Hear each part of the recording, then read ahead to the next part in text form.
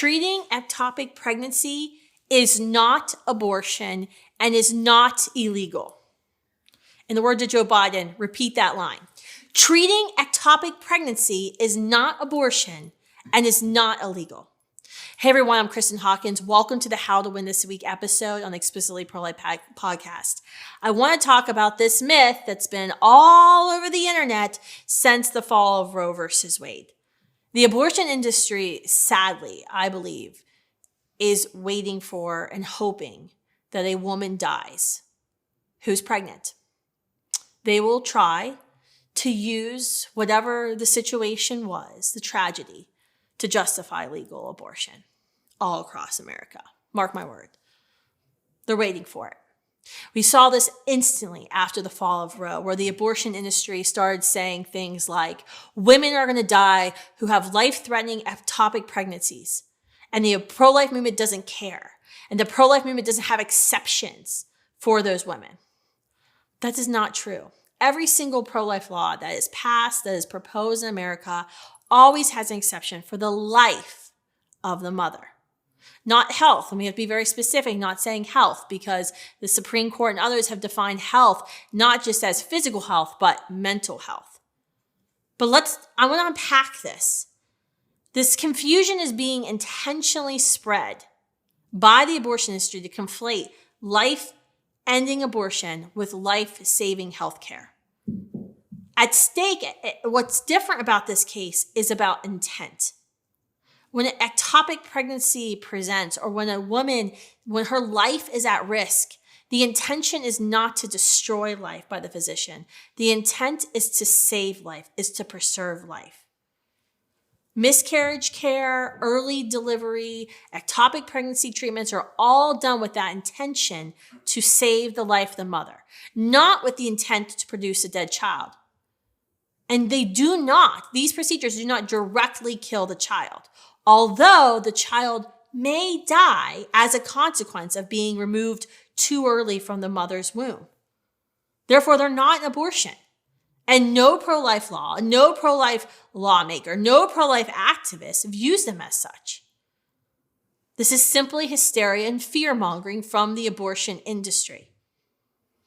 To be honest with you, it doesn't make sense. If a woman is experiencing a life-threatening medical emergency and is pregnant, it does not make sense to commit a third trimester abortion on her. Why? Because how do you commit a third trimester abortion? You insert digoxin close to the baby's heart, cause a cardiac arrest, insert Lemuria into her vagina to open up and soften her cervix, and then you deliver a dead baby 2 to 3 days later. What life-threatening circumstance can you think of would merit her remaining being pregnant for 3 days?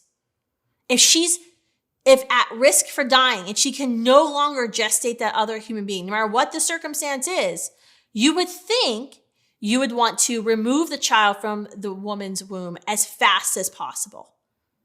That's what you would do. Dr. Brent Bowles is the medical director at Heartbeat International. He was featured in the ThisIsChemicalAbortion.com docuseries that Students for Life featured. And he's talked about this openly. He's explained numerous times that he's never had to kill a child to save the life of the mother. Here's a direct quote from Dr. Bowles. He posted on Twitter not long ago. 30 plus years of delivering thousands of babies, and I've never had to intentionally kill a fetus in order to save a mom, and never lost a mom who would have been saved by an abortion. It's never needed to save a woman's life, and saving women from miscarriages and ectopics also is an abortion. Even Planned Parenthood, the devil incarnate, admits that the treatment for ectopic pregnancy is also not abortion. This is from the Planned Parenthood website. Treating ectopic pregnancy isn't the same thing as getting an abortion. Do I need to argue any further? Because, Planned Parenthood said it must be true. Just as the abortion movement stands on the backs of the disabled, the poor, children in foster care, women who've survived rape to justify killing babies 100% of the time, expect them to be on the prowl for women with ectopic pregnancies, hoping to exploit their experiences as a consequence of reversing Roe. A doctor who refuses to treat an ectopic pregnancy for any reason should be held liable for malpractice. There is no excuse. Removing an ectopic pregnancy is healthcare. Intentionally killing a child is not. If you don't see the difference, your moral compass is clearly broken. Speaking of abortion activists exploiting victims of ectopic pregnancy, did you know that they use COVID lockdowns as an excuse to withdraw ectopic pregnancy screenings from women who are seeking abortions? Yeah, you heard that right. So ectopic pregnancy, I should have probably explained this at the beginning of this podcast, but I didn't. Sorry, I just assumed you all have listened to every podcast I've ever done.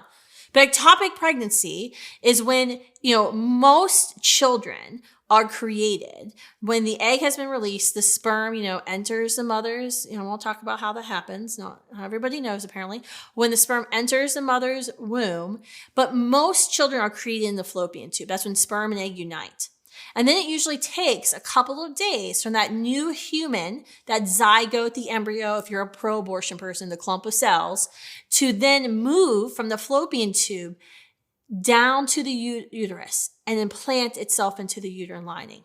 That's where the embryo self-directs its own growth, and the growth of the placenta, which is an organ the embryo tells the woman's body to grow to support itself.